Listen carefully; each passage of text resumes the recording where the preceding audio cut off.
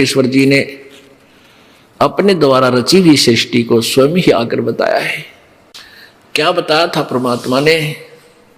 धर्मदास ये जग बोराना, कोई न जाने पद निर्वाणा।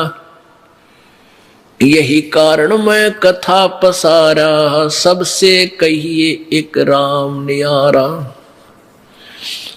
यही कथा जग जीव सुनावो, सब जीवों का भरम नसाओ। भरम गए जग वेद पुराणा, आदि राम का वेद न जाना। अब 600 वर्ष पहले परमात्मा ने यह कहा था कि धर्मदास अब तुझे मैं ब्रह्मा विष्णु महेश की उत्पत्ति बताता हूं। अब मैं तुमसे कहूं चिताई, और इस तेरे देवन की उत्पत्ति भाई, तेरे तीनों देवताओं का जन्म कैसे हुआ ये बताता हूं।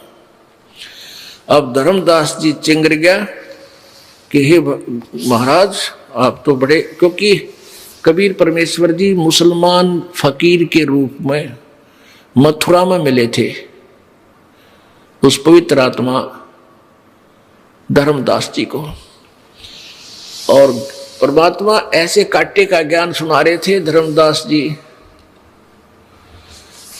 उकस उकस के नाराज हो रहे थे अंदर अंदर से कभी, और फिर ज्ञान तथ्य देखकर सामने गीता और वेदों को और पुराणों को फिर कुछ मन में सोचने पर विवश भी हो रहे थे। अब परमेश्वर कबीर जी ने जो सृष्टि रचना सुनाई थी, ये दास आपको एक बार मौखिक सुनाएगा वर्बली, और फिर आपको प्रमाण दिखाएंगे अपने ही सदग्रंथों में। हे भगवान,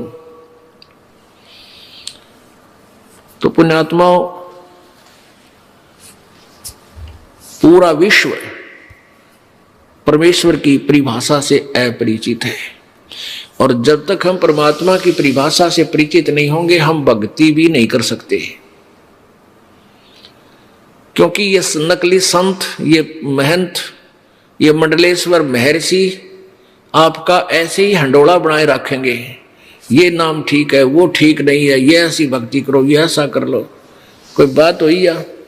अब एक भगवान, और उसके पाने का रास्ता भी एक ही है। आम का बीज एक ही है, आम की गुठली, और बबुल का बीज बीज करने का ये भी आम देगा, कभी नहीं लगेगा।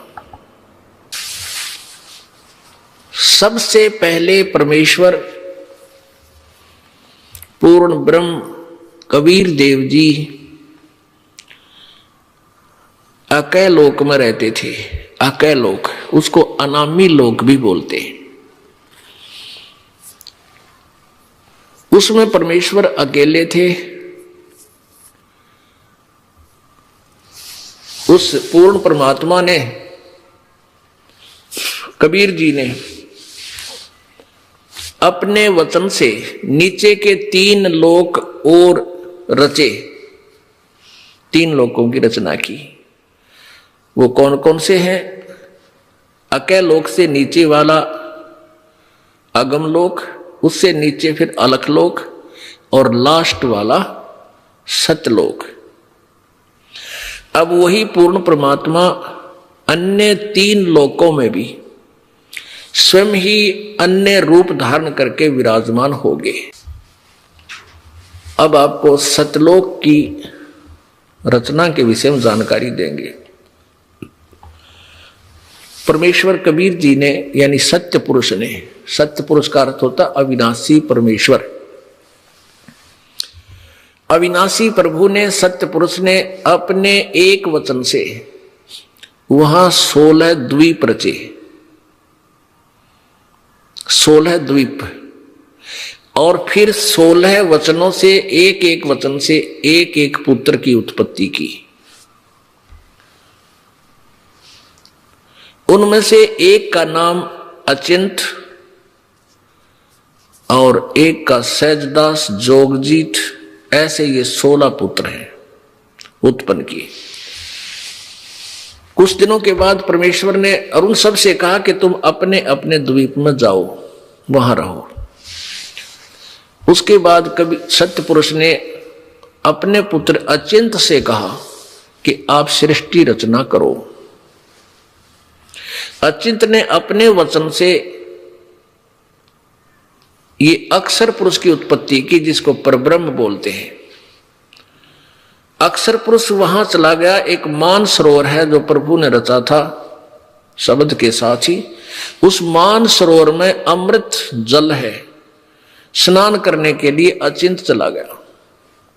वहां श्वासों से शरीर नहीं है हमारा, श्वासों से शरीर हो तो फिर वो गिनती में आ जाता है, अमर नहीं रहे। जैसे एक ट्यूबलेस टायर होते हैं, उसमें हवा नहीं भरनी पड़ती, रबड़ के टायर होते हैं। और एक ट्यूब वाले वो तीसरे दिन पाटे रहे, पटाखा बोला रहा उसमें।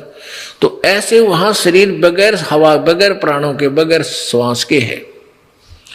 वो जाकर के अचिंत मानसरोवर में नहाने गया था, वहां जाकर लेट गया और मस्ती में नींद आ गई, बहुत गहरा चला गया। अब काफी समय तक बाहर नहीं आया तो परमेश्वर कबीर जी ने, सत्य पुरुष ने, उसी अमृत जल से जल लिया अपने हाथ में और अपनी वचन की शक्ति से एक अंडा बना दिया। अंडा बहुत विशाल अंडा था और उसमें एक आत्मा अपने वचन से उसके अंदर प्रवेश कर दी, अपने ही शरीर से निकालकर, आवाज वचन से बनाकर। वो अंडा, उस आत्मा उसके अंदर थी, वो अंडा नीचे चला गया, गड़गड़ गड़गड़ करता हुआ जल में छोड़ दिया। अब वो अक्षर पुरुष उसकी गड़गड़ाहट से जाग गया, निंद्रा भंग होगी। अब जैसे कोई व्यक्ति गहरी नींद सोया हो और उसको कोई जगा दे, एक बार उसको दुख होता है, क्रोध आता है, तो जो ही उसकी निंद्रा भंग हुई अक्षर पुरुष की, उसने देखा किसने मेरी निंद्रा भंग की, उस थोड़े से कोप से, क्रोध से अंडे की तरफ देखा, अंडा फट गया, उसमें से ये ज्योति निरंजन ब्रह्म काल निकला। आकाशवाणी की परमात्मा सत्यपुरुष ने, कबीर जी ने, कि तुम दोनों बाहर आओ। अक्षर पुरुष तो निंद्रा में था, तुझे जगाने के लिए ये सब क्रिया की, तुम दोनों बाहर आओ। दोनों बाहर आ गए और कहा तुम अचिंत के द्वीप में जाओ दोनों।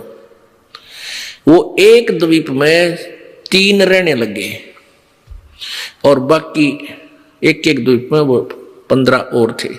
अब परमात्मा ने कहा अचिंत तुम सृष्टि नहीं रच सकते। परमात्मा ने इसलिए ढीला छोड़ा था, कभी एक बच्चे फिर बाद में बकवाद करें। अब अचिंत बैठा बैठा देख रहा, अक्षर जाकर सो गया, अक्षर पुरुष वो परब्रह्म। अब तुम कोई सृष्टि नहीं करोगे, मैं ही करूंगा। तब परमात्मा ने हम सभी आत्माओं को, जितने भी आज कुत्ता, गधा, सुअर, चींटी, हाथी, देवता, मनुष्य बने हैं, ये सब परमेश्वर कबीर जी के बच्चे हैं। उस परमेश्वर ने अपने वचन से सभी असंख्य आत्माओं की वहां उत्पत्ति करी और सबको बहुत बड़े बड़े महल वहां दिए अलग से रहने के लिए। वहां आपका परिवार था, परिवार के परिवार थे वहां पर आपके, कोई काम नहीं, सारा दिन वहां सैर सपटे, बड़े बड़े वहां पर काजू, किस्मत, सेब, संतरे वो नूर के बने हुए, सदाबहार वृक्ष है वहां पे, अमृत जल है वहां पीने के लिए, दूधों की नदी बह रही है वहां पर। हम उसको छोड़ आए। कैसे छोड़ आए? अब हम वहां ठाठ से रहा करते थे, कोई दुख नहीं, किसी प्रकार की मृत्यु नहीं, कोई बुढ़ापा नहीं। अब इस ज्योति निरंजन क्षर पुरुष ने इस काल के मन में आई कि हम 3 एक लोक में, एक द्वीप में, और बाकी सभी मेरे भाई हैं, जितने भी हैं, ये सब अलग अलग द्वीप थे आपके, अलग अलग, बहुत सुंदर, और हम 3 एक द्वीप में हैं। तो इसने सोचा मैं तप करके अलग से राज प्राप्त करूंगा। तप से राज, और राज मद मानम जन्म तीसरे शुक्र समानम। इसने एक पैर पर खड़ा होकर तपस्या शुरू कर दी। एक पैर पर खड़ा होकर, और ये 70 युग तक तप करता रहा ऐसे। और हम क्यों फंसे इसके जाल में? हम सभी इसको ऐसे एक टांग पर खड़ा होगा और तपस्या करते हुए देखने लगे, और अंदर में इसके प्रति हमारी प्रेम भावना बन गई। को देख कितना एक पैर पर खड़ा, ओह वह बीमारी हमारे आज भी विद्यमान है। ये बुराई, ये बीमारी आज भी अपने लगी हुई है। जैसे हीरो और हीरोइन, ये अभिनेता और अभिनेत्री अपने पेट के लिए चटक मटक करते हैं, डांस डूंस करते हैं, अच्छा मेकअप करके और फिल्म बनाते हैं। और ये भोले प्राणी युवा बच्चे उनको देख देख कर का वो मेरा फेवरेट हीरो है, वो मेरा फेवरेट हीरो है। टट्टू के फेवरेट है, बताओ, वह नाचा कूदा अपने पेट के लिए, तुम उसके ऊपर आसक्त हो रहे हो। अब उनमें से कोई भी हीरो या हीरोइन, अभिनेता या अभिनेत्री हिसार में या बरवाला में आ जा, देखे इन जवान बच्चों की वहां समूह कितना कट हो जा, कितने इकट्ठे हो जाएंगे और नु देखेंगे वो खड़ा इतनी 1 किलोमीटर दूर मंच पर, वो खड़ा वह खड़ी देख, और सारा दिन धक्के खा के वापस आ जा। बता के ले आए उसने देख के।